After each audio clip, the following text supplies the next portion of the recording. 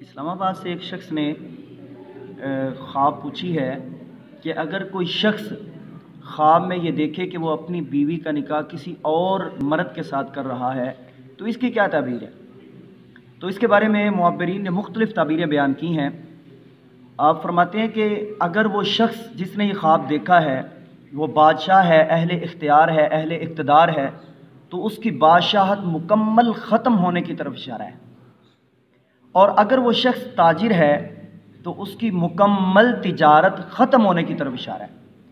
اور اگر کسی شخص نے خواب کے اندر یہ دیکھا ہے کہ وہ اپنی بیوی یا کسی اور کی بیوی کا نکاح کسی اور کے ساتھ کر رہا ہے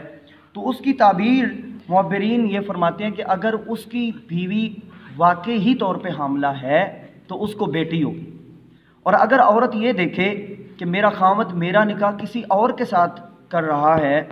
تو اس کی یہ تعبیر ہے کہ اس عورت کا جو خاوند ہے وہ فوت ہوگا، ٹھیک ہے۔ اور اسی طریقے سے اگر ایک اور صورت بھی امام سیرین نے بیان کی ہے کہ اگر کوئی شخص خواب کے اندر یہ دیکھے کہ وہ اپنی بیوی کا نکاح اپنے بھائی کے ساتھ یا محرم رشتہ داروں کے ساتھ کر رہا ہے تو یہ ایک اشارہ ہے کہ وہ اپنی جو بیوی ہے اس کو طلاق دے گا۔ تو جتنی بھی یہ ناخوشگوار خواب وغیرہ ہوتی ہیں ان کے بارے میں یہ ہے کہ جو ہے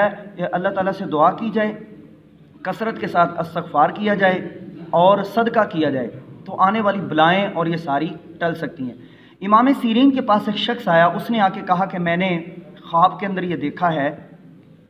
کہ میں اپنی بیوی کا نکاح کسی اور کے ساتھ کر رہا ہوں۔ تو امام سیرین نے فرمایا کہ جاؤ جا کر کے صدقہ کرو، یہ ناقابل تعبیر خواب ہے۔ اس نے اصرار کیا اور کہا کہ نہیں آپ بتائیں، تو آپ نے فرمایا کہ اس میں تیری موت کی طرف اشارہ ہے۔ تو پھر ایسا ہی ہوا کہ چند ماہ گزرے اور وہ شخص فوت ہو گیا۔